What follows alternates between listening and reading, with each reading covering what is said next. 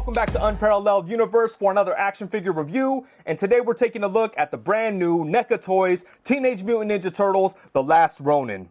And this is definitely my most anticipated figure from NECA. I've been hyped about this guy ever since they revealed him, and I'm just so excited to have it in hand. So let's go ahead and get right into it, starting off with the packaging. As you can see, we have some really dope looking artwork of The Last Ronin himself, looking super badass. On the side of the box, we have some more really great looking artwork. On the back, we get a look at the figure himself. We get some information about The Last Ronin, and then we have this really dope artwork right here where The Last Ronin is kind of hidden in the shadows. I love that. And then on this side, we have The Last Ronin one more time. And I love like the sun in the background, or I don't know if that's the sun or the moon, but it has like a, like a very Japanese type of vibe. And I think that is really great.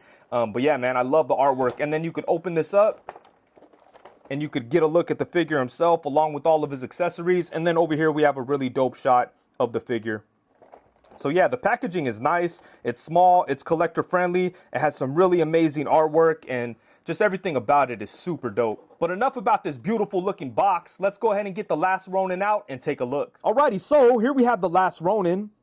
And don't worry, I'm not going to reveal the identity of The Last Ronin. If you've read the comic, you know exactly who he is. If you haven't read the comic, I strongly suggest that you check it out. It's a very fun read, and the book is packed with Easter eggs from throughout the entire history of the Ninja Turtles. So if you're a fan of these characters, it's a lot of fun to read this book and just keep an eye out for all the things that they've hidden throughout the entire thing. It's a really fun experience. The book has a really cool story, some amazing artwork, and I really like the direction that they took with this character in particular. I think it makes a lot of sense and it worked out very well. So the hardcover came out like a couple of months ago. I'll leave a link to that in the description below. That way, if you want to find the book, you can find it very quickly. I love the design of The Last Ronin, and I think that NECA did a really great job with it. I went ahead and put the weapons on him because I think that's a big part of the design. The fact that he has like one of the weapons from each of the different turtles, I think that is really, really dope. It's a very cool idea. And in the book, he uses like all of them, which is nice. And I like that you could house all the important weapons onto the figure himself. I think that is super dope. But man, look at that. NECA really did a great job with the sculpting and the paintwork on here. As always, they always do an amazing job when it comes to their turtles. I've said it many times before, but this is one of my favorite lines available right now. They continue to kill it. They continue to improve. I love that they're getting more into the comic stuff. And I think it was wise of them to jump right onto The Last Ronin because the hype about this character was crazy last year. And I'm happy to see that NECA did a great job on the figure. But yeah, look at that, man. Really, really dope. Love everything about. I was really excited about this figure, and I've got to tell you right off the top, this thing does not disappoint. I really, really love the way that he turned out. And as always, NECA did a really great job with the sculpting and the details on this figure. Starting off at the head, I really love this face sculpt. Let's go ahead and remove the hood so we could take a better look at it. But yeah, this looks really dope. I love the color of the green that they used. We've got the black mask with the white eyes coming out. And I like the line work on the head too. It kind of comes across like they're wrinkles or something, which makes sense for this older version of this character. So that's nice, man. The teeth look good.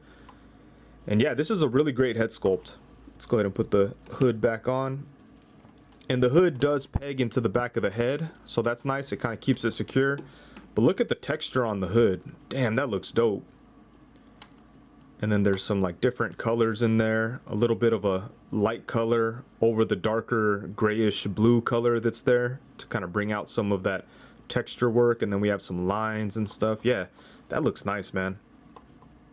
Then moving down into the body, we do have these shoulder pads that, again, they have like an old kind of beat up look to them. They look like worn down. Looks like he's been wearing them for a long time. Right here, I can't tell if this is line work or like notches that he's made in the armor. Kind of like how, how Captain Rex has something like that on his arm to indicate like enemies he's taken out. I don't know if it's something like that, or it could just be line work. But having a bunch in one spot like that seems pretty intentional. And then down in here, we have some nice sculpting and paint work. I kind of think I was getting a little bit of paint rub from the belt onto here, but but it's kind of hard to tell because there's different colors throughout. You know, there's a little bit of brown and gray and stuff like that, but it gets a little more brown down in here. So I think I was getting a little bit of paint rub, but you know, it blends in fine, so it's not a huge deal. Then taking a look at the arm again, we have that texture that kind of matches the hood, and that looks really good.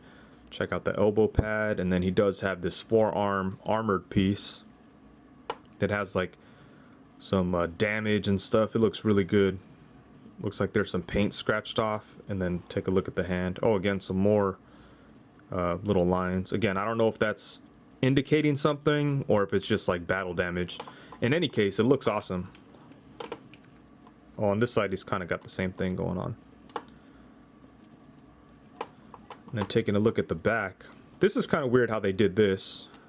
The thing that holds onto the weapons is like a ring, and then, you know, some straps where these weapons go into, and then it's held on by a string. And, you know, it's cool and everything, but I do kind of wish that this was sitting secure onto the figure. I think I would have preferred that. But these strings are okay. They seem pretty secure. They don't feel like they're going to come undone or anything, and they look cool.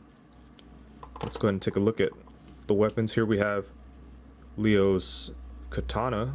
I think it's called a katana. I could be wrong, but his sword looks nice. And then we have Donnie's bow staff in there. Down here we have Mikey's nunchucks that fit into that loop there. And there's one more loop here. I wasn't really sure what fit in there because it was kind of small. I think that loop is for the broken sword that comes with the unarmored version. Then in the front we do have Raph's sai. And then you can see the pouches have some nice sculpting and paint work too. Down here there's some more nice texture and stuff. The pants have some really great texture that matches the hood and the upper arms. And then we've got this knee pad, or like this armored knee pad thing on this side, and then like a traditional Ninja Turtle knee pad on this side. Then we have some nice work on the lower legs here. The sandals look good. His toes, man, look at the paintwork on his feet. Damn, they got detailed with it. So yeah, the figure definitely has like a grimy kind of look, but that's very fitting for the character, and I think it looks amazing, man. This is a great looking figure. Like I said, there was a little bit of paint rub in here. I wish that wasn't the case, but there's so many different variations of color on here that paint rub didn't really catch my attention, and I wasn't really even sure if it was paint rub or just like some like brown shading. But yeah, I think this is an amazing looking figure. NECA did a great job with the sculpting and the paint and the details and everything, and I really love the way it looks. And the last Ronin does come with a lot of really great accessories, starting off with the heads. He has two different head sculpts. They are very similar to each other. This is the first one. We have already looked at it. I think it's very well done, beautifully sculpted, beautifully painted. The alternate head is very similar, except his facial expression is a lot more aggressive. You can see that his mouth is open. But yeah, this is a great looking head sculpt. Both of them are awesome. I don't really have a favorite. I think they're both very well done. And I like that he does have like different attachments for the back of the mask, so you could like display it in different ways. You could have it leaning to the side, or you could have it laying back. And then he does have a set of goggles, and the goggles could go onto the head with or without the hood, so that's awesome. And I love the fact that the hood is removable. It adds some display options, so that's always fun. And then he does come with 3 different sets of hands. First off, we have a pair of fists, and then we have a set of open hands. Finally, we have a pair of gripping hands that could be used to hold on to all of the awesome weapons that he comes with. He does have this great looking baton. I believe this is the only weapon that we haven't already looked at. But as you could see, he could also grip onto the sword with no problem.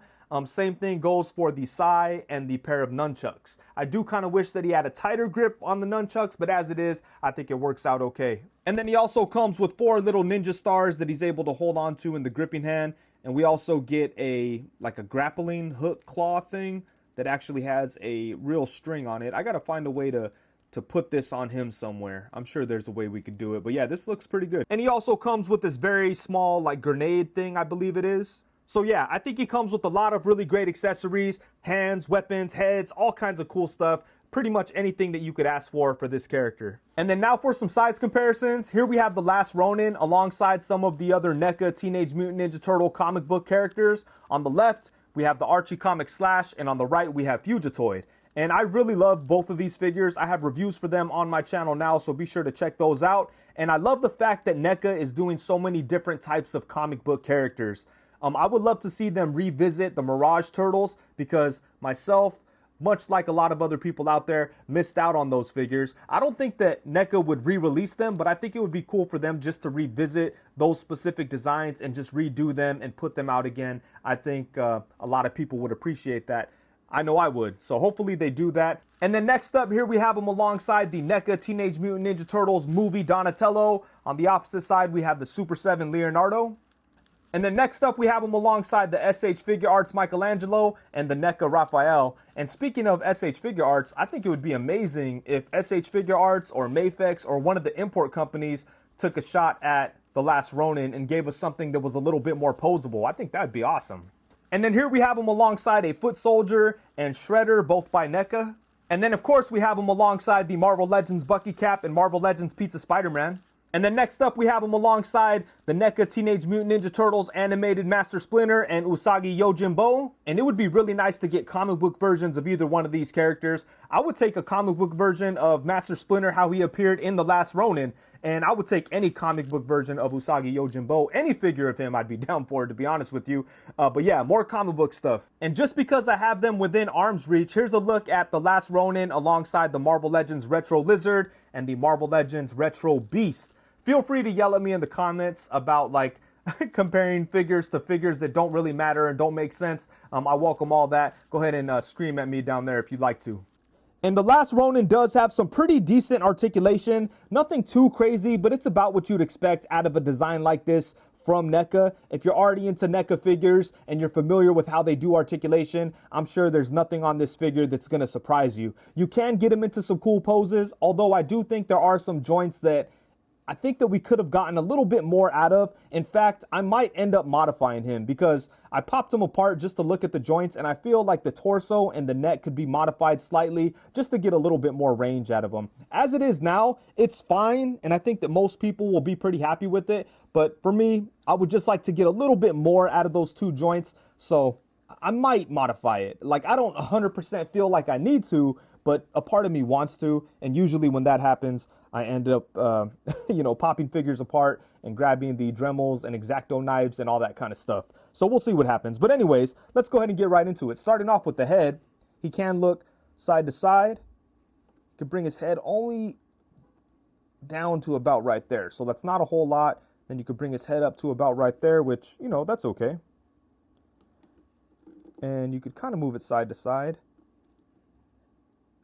But yeah, so there's a little bit of movement there, but I feel like this could be modified just a little bit, just to get a little bit more up and down. And then for the torso, he does have a ball joint, so he could swivel on that. He can move to the side a little bit. He could crunch forward to like right there, which, it's not too bad considering he's a turtle with a bunch of armor on or armor type of material. So, that's not too bad. But, when I popped him apart, it looked like I can maybe cut away at some of the plastic in there and just get a little bit more crunch forward. And then he could go back to about right there. So yeah, there we go. Pretty good stuff at the torso, but I think we can make it better. And then for the arms, he could bring his arms up to about right there. It's really, really tight though, but that's still a pretty good amount.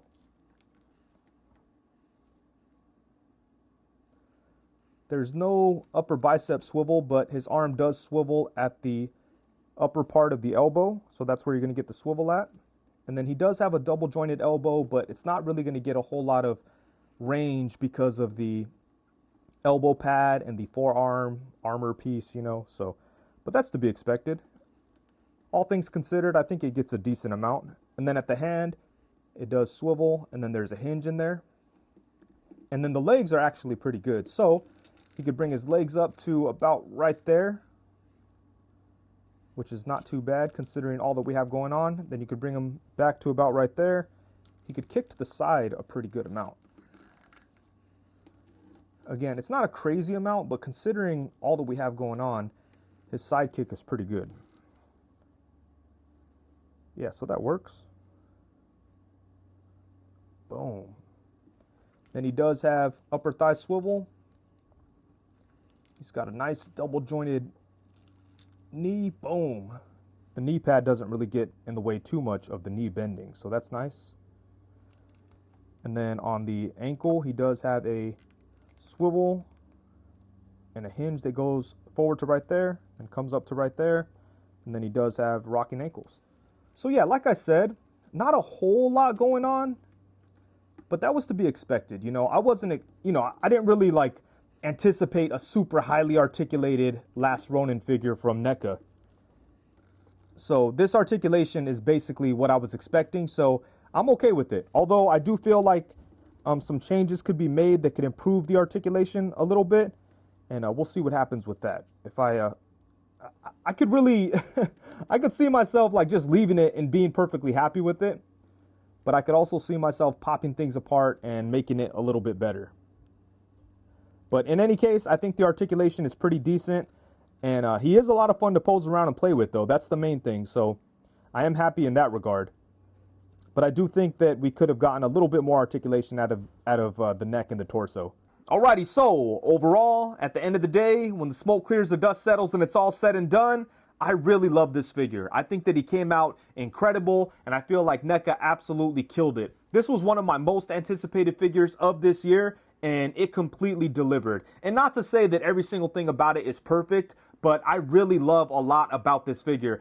Specifically the way that he looks. He's beautifully sculpted. He's got a whole bunch of great detail. The paintwork is nice and he looks amazing. I love all the weapons. I love how we could put all the weapons onto the figure and it kind of adds to the design. That's a very important design element to this version of, the Ninja Turtle character. So I love that they made it to where we could put all the weapons on the actual figure. I think that's awesome. The accessories are insane. He does come with a bunch of really great stuff. I like all the different display options with the head, and there's a lot of great stuff going on here. The only area that I wish there was a little bit more is the articulation. For the most part, I think he has enough going on to have a lot of fun with, but there are a couple of joints that I think that they could have done a little bit better with. Not to say that it's bad whatsoever, but I think we could have got a little bit more movement out of the head and the torso. But aside from that, I absolutely love this figure.